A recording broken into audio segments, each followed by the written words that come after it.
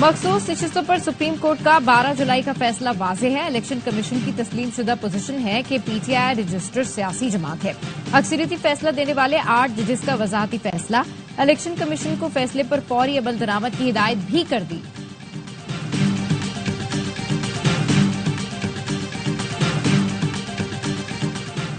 Supreme court फैसले पर अमल दरामद करते हुए इलेक्शन कमीशन किसी ताखीर का जिम्मेदार नहीं। ईसीपी का सुप्रीम कोर्ट के फैसले पर रद्द-ए-अमल। कहा, आईनी इदारों के साथ इस तरह का बर्ताव कतई तौर पर नामुनासिब है। हुकूमत को आईनी तरमीम के लिए 2/3 अक्सरियत हासिल हो चुकी। वजीर आजम ने इशाइये के दौरान अरकान को एतमाद में ले लिया।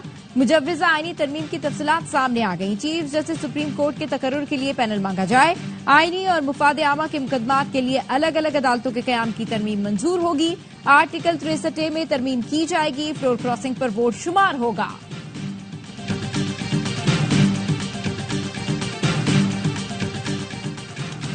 और पीटीआई वफ्द की मौलाना फजल रहमान की रिहाइशगाह आमद। इससे पहले वजीर कानून आजम नजीर तारड़ की मौलाना फजल रहमान को आईनी तरमीम के मुसव्विदा पर ब्रीफिंग। सुप्रीम कोर्ट फैसले के बाद ऐवान में नंबरों का खेल खत्म हो गया। फैसले के बाद तमाम अरकान पीटीआई के पार्लिमानी अरकान समझे जाएंगे। उन पर आर्टिकल 63 लागू हो जाता है। आईनी तरमीम में वोट दिया तो अरकान का वोट गिना नहीं जाएगा और नाअहल भी हो जाएंगे। बैरिस्टर अली जफर कहते हैं, मैंने पार्लिमानी लीडर की हैसियत से सेनेटर्स को कह दिया है, आईनी तरमीम में वोट नहीं देना। जब वोट गिने ही नहीं जाएंगे तो फिर 2/3 अक्सरियत नहीं मिलेगी।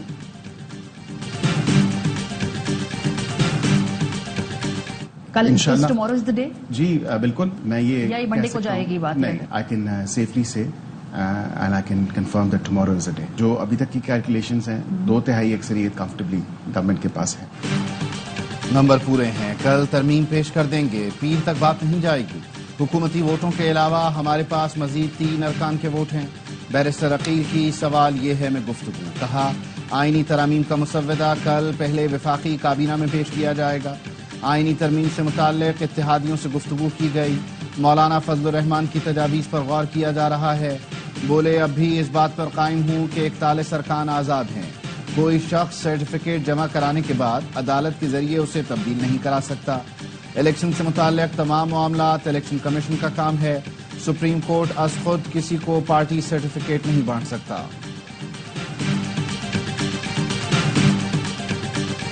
छुप कर काम करेंगे तो गलत है भाई। हिकमत अमली जाहिर बात है, अगर नंबर नहीं होंगे तो काम नहीं होगा। हर गवर्नमेंट का प्रोगेटिव है कि वो अपना अगर नंबर पूरे हैं तो वो काम करे, नहीं नंबर पूरे हैं तो सिंपल लेजिस्लेशन हो सकती, कॉन्स्टिट्यूशनल अमेंडमेंट नहीं हो सकती।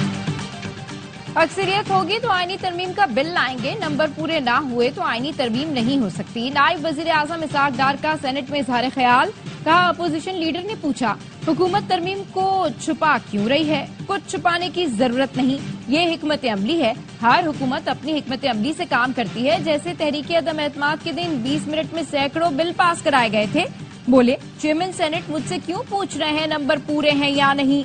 चेयरमैन सेनेट, ये आपका काम नहीं, कानून साजी हुकूमत का काम है। शिबली फराज ने कहा, इनसे बंदे पूरे नहीं हो रहे, ये बंदे तोड़कर निकाह बिल जब्र कराना चाहते हैं। हुकूमत की कोशिश है बिल पढ़े बगैर पास किए जाएं। उन्होंने बिल का मुसव्वदा इत्तेहादियों के साथ भी शेयर नहीं किया।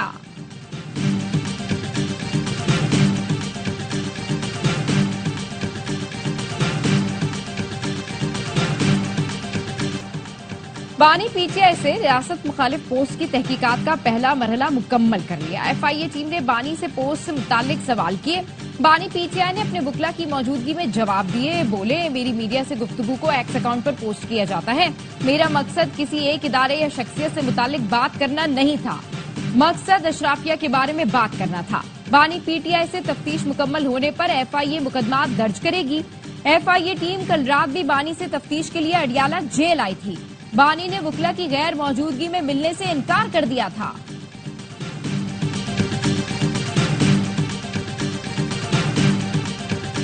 बानी पीटीआई को सोशल मीडिया पोस्ट के नताइज भुगतना होंगे। बिलावल भुट्टो का कौमी असम्बली में खिताब। कल रात पूरे पाकिस्तान ने एक शख्स का बयान पढ़ा।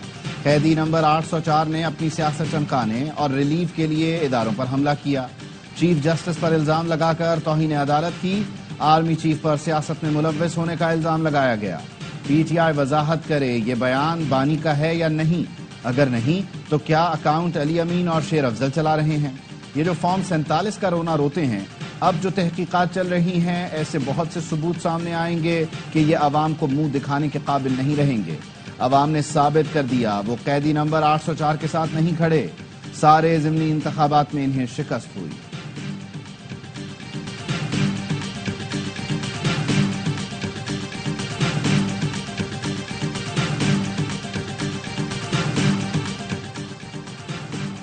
बानी पीटीआई ने जो बात की है इसे तस्लीम करते हैं। अपने कायद से मुतालिक बिलावल भुट्टो की बातों को मुस्तरद और उसकी मजम्मत करता हूँ। बानी पीटीआई आज भी अपनी एक एक बात पर कायम है। अपोजिशन लीडर उमर अयूब का कौमी असम्बली में इजहार ख्याल, कहा बिलावल को देखकर 1958 की एक तस्वीर याद आ गई जिसमें बिलावल के नाना जुल्फिकार अली भुट्टो मेरे दादा अयूब खान से वजीर का हल्फ ले रहे हैं। बैरिस्टर गौहर ने कहा बानी पीटीआई को 70% अवाम की हिमायत हासिल है। जिस दिन बानी ने सड़कों पर आने का कहा तो बांग्लादेश को भूल जाएंगे। Chairman peoples party Bilawal Bhutto के पास विजन ही नहीं। पहले ये लाइन तो ड्रॉ करें कि पार्लियामेंट बालादस्त है या कोई और। अगर आगे बढ़ना है तो एक कदम पीछे भी हटना पड़ा तो हटेंगे। हम मामलात को आगे बढ़ाना चाहते हैं।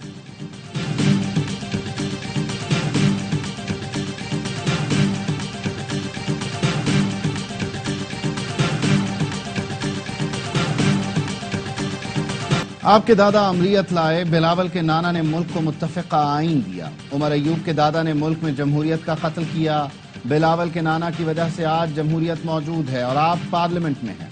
राजा परवेज अशरफ का अपोजिशन लीडर को जवाब, कहा बिलावल के नाना ने जमहूरियत के लिए फांसी का तख्ता कबूल किया लेकिन झुके नहीं। आप नफरत बेचने और माहौल खराब करने वाले लोग हैं। हम फौज के पीछे चट्टान की तरह खड़े हैं। ट्वीट किसने किया, ये जवाब दें।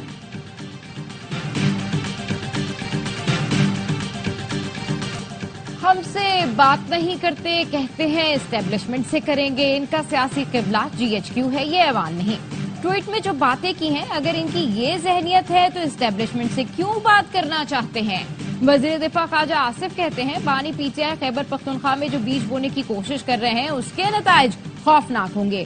खुदा ना खास्ता कल को ये KP में जाकर अलहदगी की तहरीक ही ना चला दें। अली अमीन गंडापुर के जरिए डबल गेम हो रही है। पीटीआई ने जो माहौल बनाया उसके बाद मिसाके पार्लियामान कमेटी का जब्बाज नहीं रहा। चीफ जस्टिस काजी फाइज ईसा को उन्होंने जानबूझकर निशाना बनाया। हो सकता है फैज हमीद गाना गा रहे हों, आजा मेरे बालमा तेरा इंतजार है।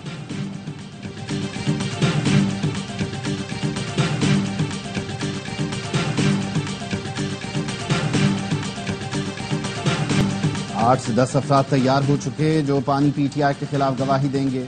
लीगी रहनुमा हनीफ अब्बासी का दावा, कहा वो अफराद बताएंगे कौन क्या प्लानिंग करता रहा, सब कौम के सामने आ जाएगा। सानहा 9 मई के अलावा और भी बहुत सी चीजें हैं जो सामने आएंगी। कौमी असम्बली से खिताब में कहा पीटीआई को इसराइल, भारत, अफगानिस्तान से प्यार है, इनको वीजे लगवा कर वहीं भेज दें। इन्हें फैज हमीद के अलावा कोई अच्छा नहीं लगता। 25 करोड़ अवाम फौज के साथ खड़ी है। ये फेडरेशन कायम दायम रहेगी।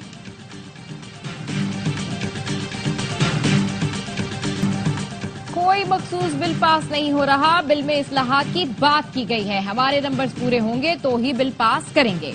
चेयरमैन सेनेट यूसुफ रजा गिलानी कहते हैं हमें मुल्क का सोचना है, अपनी जात का नहीं। हम खुद पर मुकदमे बनाने वालों को आज वोट देने जा रहे हैं। खारजी उमूर का ताल्लुक विफाक से है। अली अमीन गंडापुर के बयान को कोई संजीदा नहीं लेगा।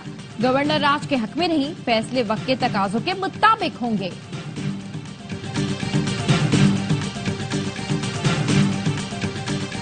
इस्लामाबाद की इंसदाद दहशतगर्दी अदालत ने पीटीआई रहनुमा शुएब शाहीन की जमानत की दरख्वास्त मंजूर कर ली।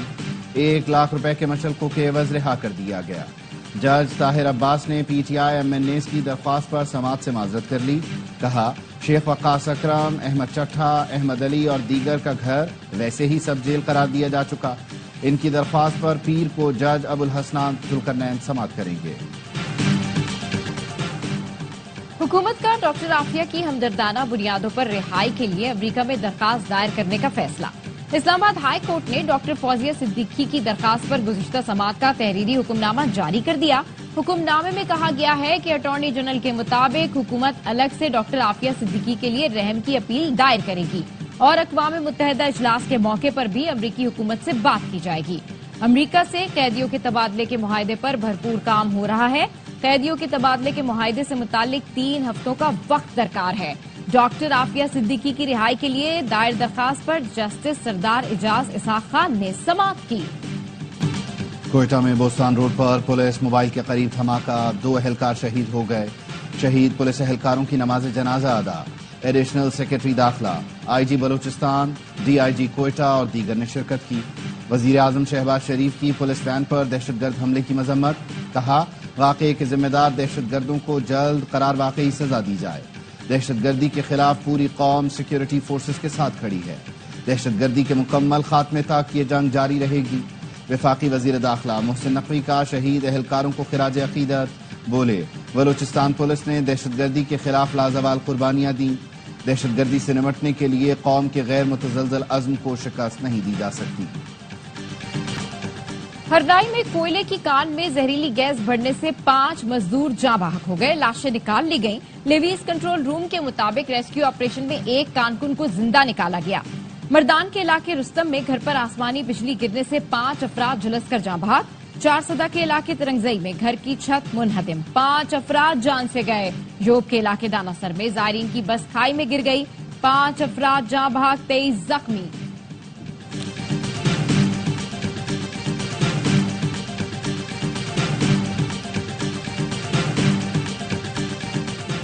जैकबाबाद की अदालत ने पोलियो वर्कर के अगवा और मुबैना ज्यादती केस के मुलजिम अहमद जाखरानी को 7 रोजा रिमांड पर पुलिस के हवाले कर दिया।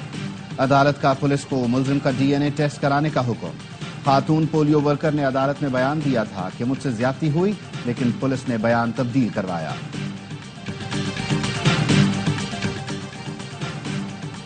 कोयटा के फातिमा जिन्ना अस्पताल में जेर इलाज कोंगो वायरस की मरीजा दम तोड़ गई। 24 घंटे में कोंगो वायरस से इंतकाल करने वालों की तादाद 2 हो गई। 2 नए केसेस भी सामने आ गए। आलमी इदारे सेहत ने मंकी पॉक्स से बचाव के लिए वैक्सीन की मंजूरी दे दी। MVABN वैक्सीन एमपॉक्स से बचाव के लिए बनाई गई है। 18 साल से जायद उम्र के अफराद को वैक्सीन लगाई जा सकेगी। हुकाम का कहना है वैक्सीन की 2 खुराक 1 माह के वक्फे से लगाई जाएंगी।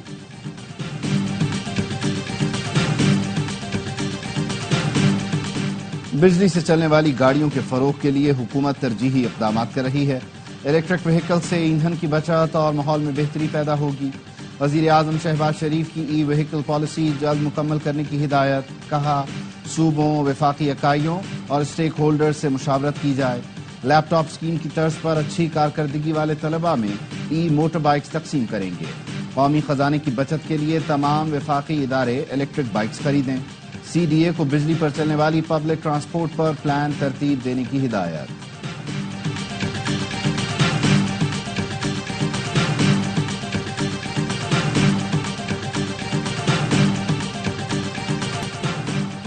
Chairman joint chiefs of staff committee का अवामी जमहूरिया चीन का सरकारी दौरा। जनरल साहिर शमशाद मिर्जा की सेंट्रल मिलिट्री कमीशन के वाइस चेयरमैन से मुलाकात।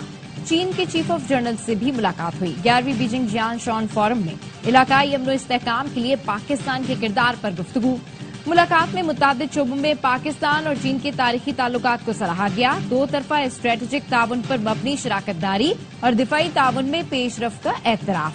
चीनी क़यादत का पाकिस्तान की इलाकाई सालमियत और खुद मुख्तारी की हिमायत के गैर मुतज़लज़ल अज़्म का इरादा।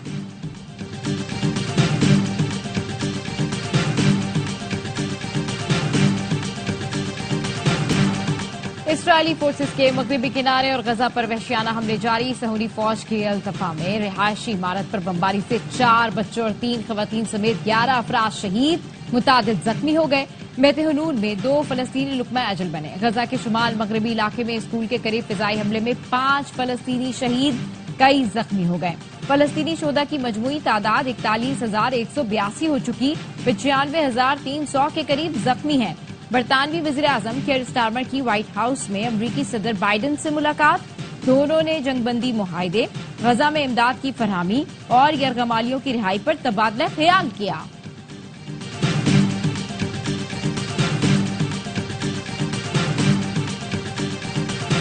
एशियन हॉकी चैंपियंस ट्रॉफी में पाकिस्तान को पहली नाकामी। रिवायती हरीफ भारत ने आसाब शिकन मुकाबले के बाद 2-1 से मैच जीत लिया।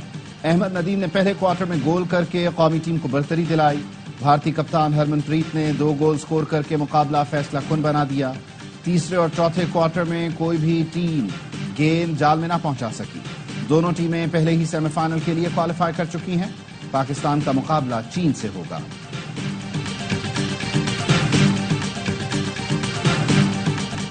चैंपियंस वनडे कप के तीसरे मैच में शादाब की पैंथर्स का पार शो। डॉल्फिन्स को जीत के लिए 329 रन का हदफ दे दिया। इकबाल स्टेडियम में उस्मान खान ने शानदार सेंचुरी दागी। कप्तान शादाब खान और हैदर अली ने जारहाना निफ्ट सेंचुरीज बनाई। उस्मान कादिर के 3 शिकार, मीर हमजा और अब्बास आफरीदी ने 2-2 विकेटें उड़ाई। हदफ के ताक़ुब में डॉल्फिन्स की बैटिंग जारी।